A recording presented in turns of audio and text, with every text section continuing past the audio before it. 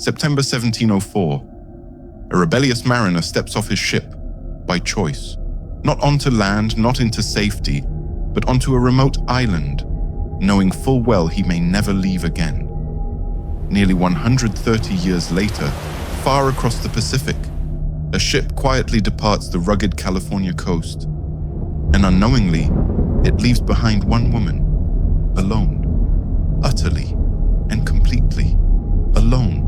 Have you ever imagined what it would feel like to be the only human left on Earth to talk, sing, cry into the void? Tonight we dive into the astonishing true stories of two castaways, Alexander Selkirk and Juana Maria, souls separated by time and ocean, but bound by one haunting reality. What happens when you're left with no one but yourself? And trust me, you don't want to miss what happens next.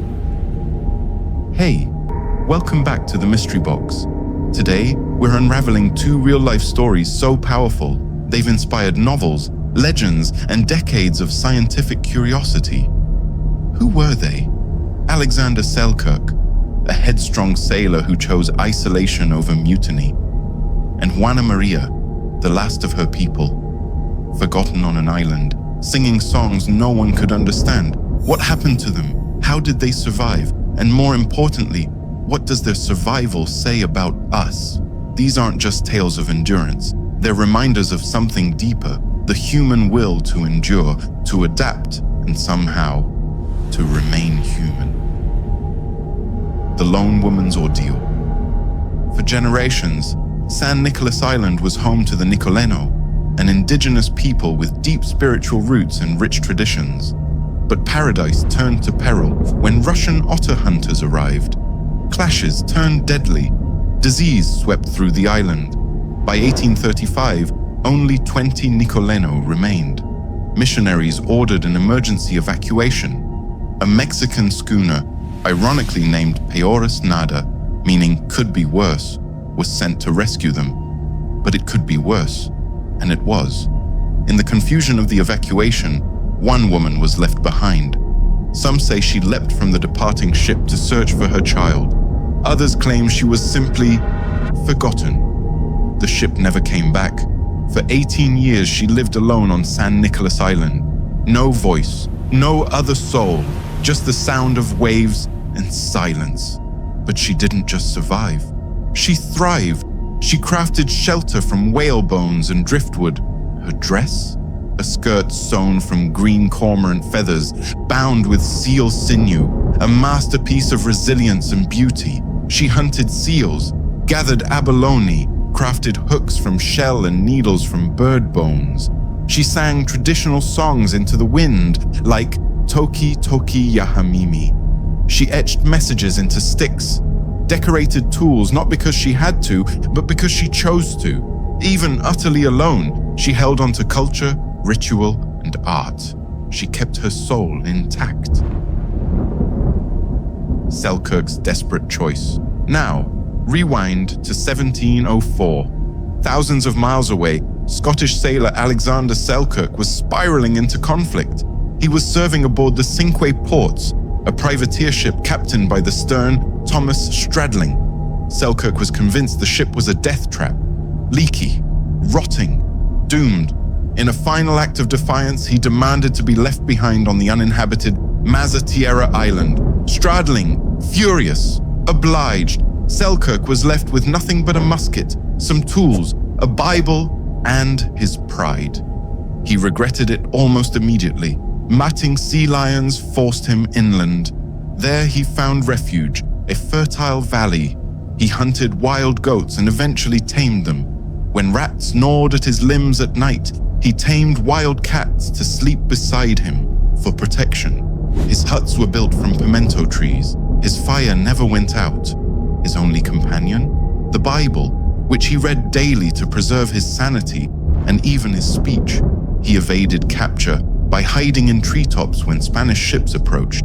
He waited for 4 years and 4 months, lighting fires and scanning the horizon, until one day, a sail appeared. The rescues and their legacies. Selkirk's rescue came in 1710. Captain Woodes Rogers of the Duke found him, bearded, weathered, but surprisingly strong and sharp-minded. Rogers was stunned. Selkirk was appointed second mate and rejoined the privateering world, capturing ships and eventually returning to England a hero. His tale inspired Daniel Defoe, who wrote the literary classic Robinson Crusoe. Centuries later, the island he once called prison was renamed Alejandro Selkirk Island, but Juana Maria's fate was far more tragic.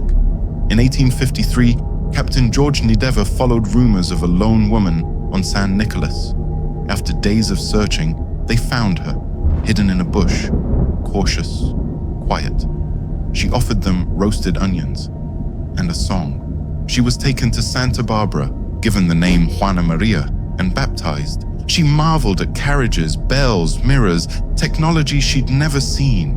But within 7 weeks, she was dead. Historians believe it was dysentery, caused by her immune system being exposed to bacteria her body had never encountered. She survived 18 years alone, but civilization killed her in less than 2 months. Her language died with her, but her memory lived on in Scott Odell's novel Island of the Blue Dolphins, a story that captured the hearts of millions. The psychology of solitude. Experts today suggest that long-term isolation can break a person, but not Selkirk, not Juana Maria. Why? Juana Maria kept singing, carving, decorating, keeping culture alive. Her actions weren't random, they were rituals, anchors to identity and lifelines to a vanished world. Selkirk's Bible readings weren't just habit, they were mental scaffolding, helping him maintain speech, purpose, and even morality. Domesticated cats, carved tools, songs to the sky, not just survival tactics, but expressions of hope. Still, the aftermath mattered.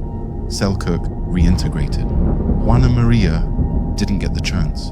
Her death reminds us, sometimes the wild isn't what breaks us, civilization can. Juana Maria and Alexander Selkirk weren't just survivors, they were proof that the human spirit can endure anything, even the kind of silence most of us could never fathom. They teach us something profound, that home isn't always a place. Sometimes it's what you carry inside you. So, what do you think? Could you survive years of complete solitude? What would you hold on to? Let us know in the comments. And if this story moved you even a little, smash that like button and hit subscribe for more unforgettable journeys through the pages of forgotten history. Thanks for watching The Mystery Box. Until next time, keep wondering.